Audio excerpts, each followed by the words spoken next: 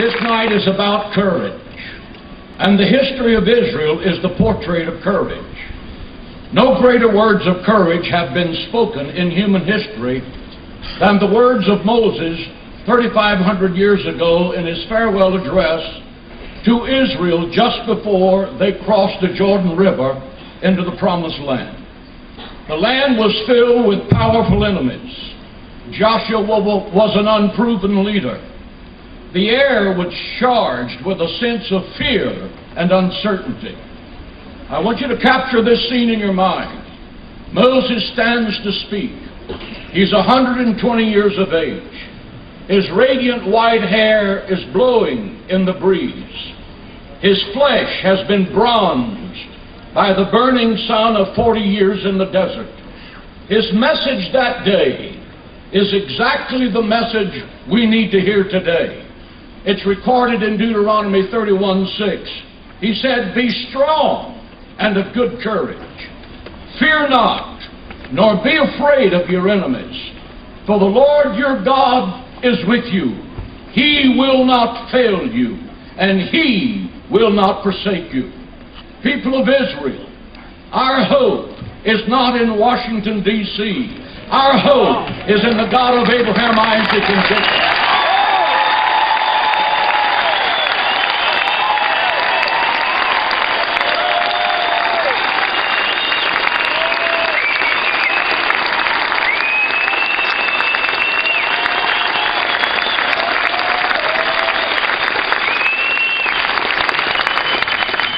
Our hope is the God that crushed the walls of Jericho.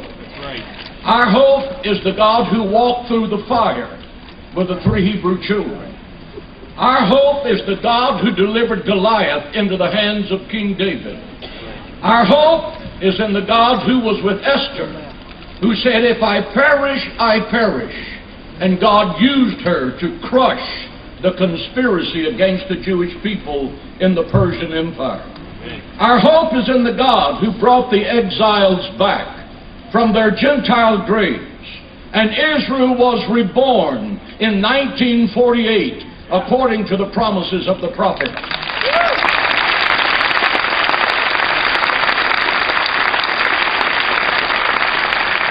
Our hope is in the God of Israel, whose miracle-working power brought victory in the Six-Day War. Our hope is in the Lord of hosts.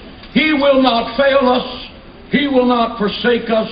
He will defend us. People of Israel, we have come from America and the nations of the world as people of faith to say that God is with you. 50 million evangelicals in America are with you. This time in history, you are not alone.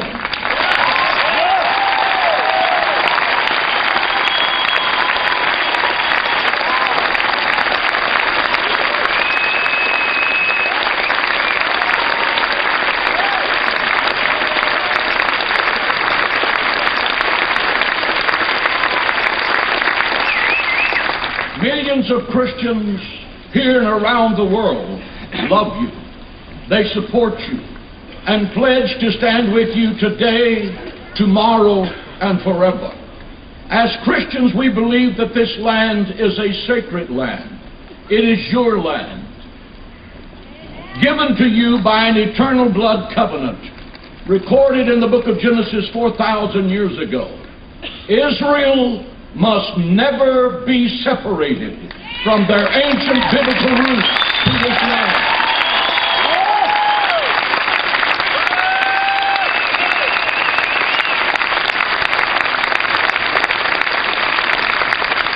We have come tonight to say that the people of Israel are still the apple of God's eye. They are still the chosen people. They are still the covenant people. They are still cherished by the God of Abraham, Isaac, and Jacob. Your enemies are our enemies. Your fight is our fight. We are united, and we will prevail.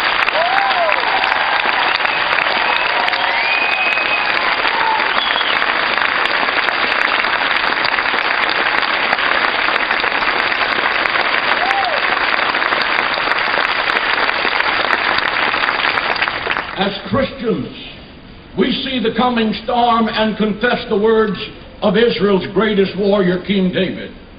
Quote, "He that keepeth Israel neither slumbers nor sleeps." Pharaoh threatened the people of Israel, and he became fish food in the Red Sea. Haman threatened the extermination of the Jews in ancient Persia, which is modern-day Iran. And he and his 10 sons were hung on the very gallows that he built for the Jewish people. As Christians, we come to Israel to join with our Jewish friends to demonstrate our love and loyalty to you in this time of crisis. Ruth, another Gentile who on another day was standing on the borders of Israel, looking into the face of her mother-in-law, and made a statement of love and loyalty the world has never forgotten. She said, "Entreat me not to leave you, nor to return from following after you. For where you go, I will go, and where you lodge, I will lodge. Your people shall be my people. Your God shall be my God. Where you die, there I will die, and there will I be buried. The Lord do more to me also, if anything but death parts you and me." Tonight, we come as Gentiles from the nations of the world to make a covenant of love and loyalty to Israel and to the Jewish people who are inseparable, that we will be loyal to you and your right to this land until the last day of our lives.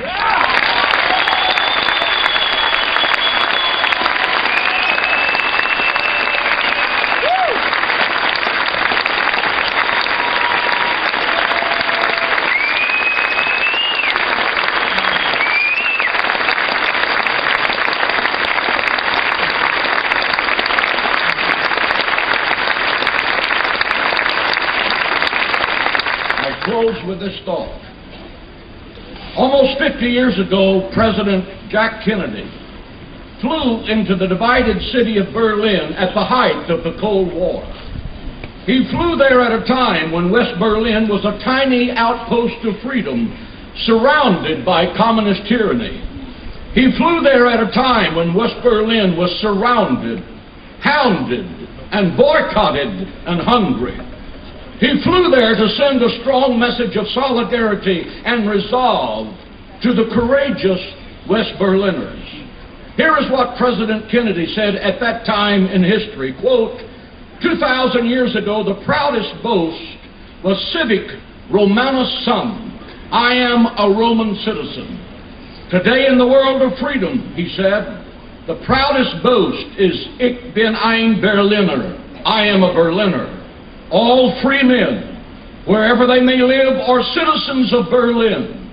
And therefore, as a free man, I take pride in the words, Ich bin ein Berliner. And that was the end of the quote. We need to remember those words today more than ever.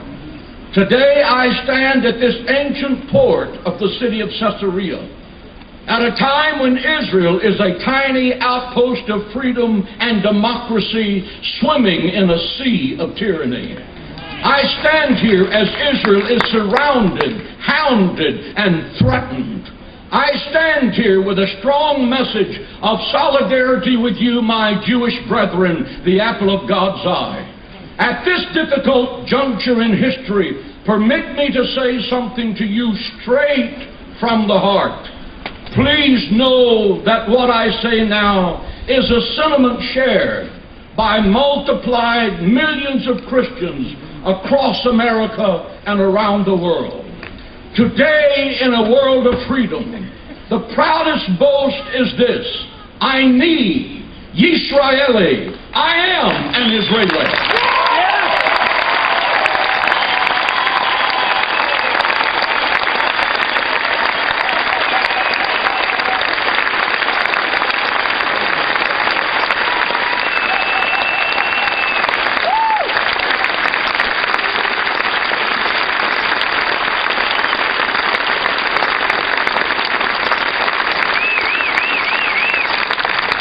All free men, wherever they may live, are citizens of Israel.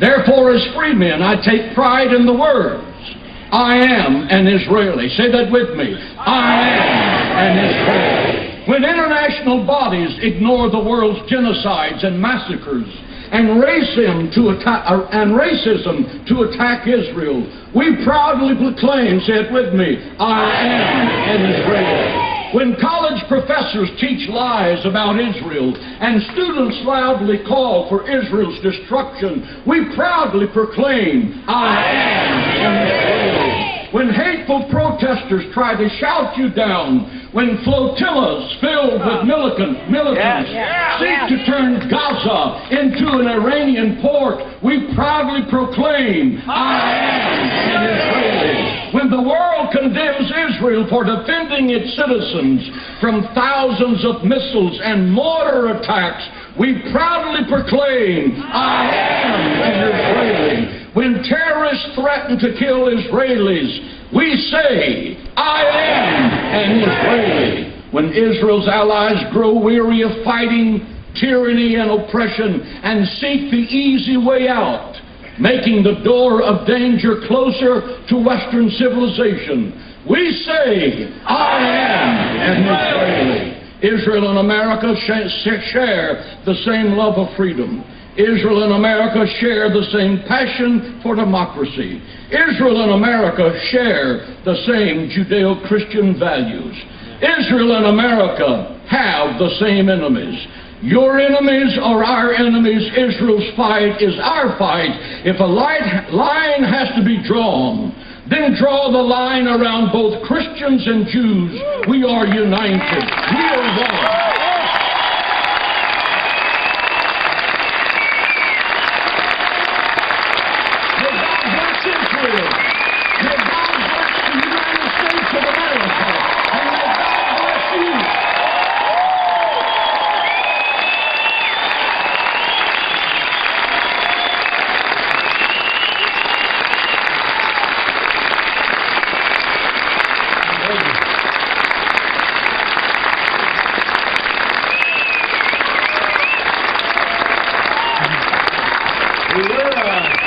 We were thinking about having some fireworks tonight, but we decided to invite John instead.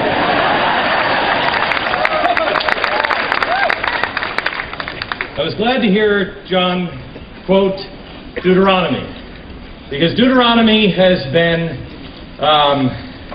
Moses has been hounding me. And Deuteronomy, I urge you this week, remember, this week, I urge you to make your commitment and decision, no matter where you are on the globe, to make your decision.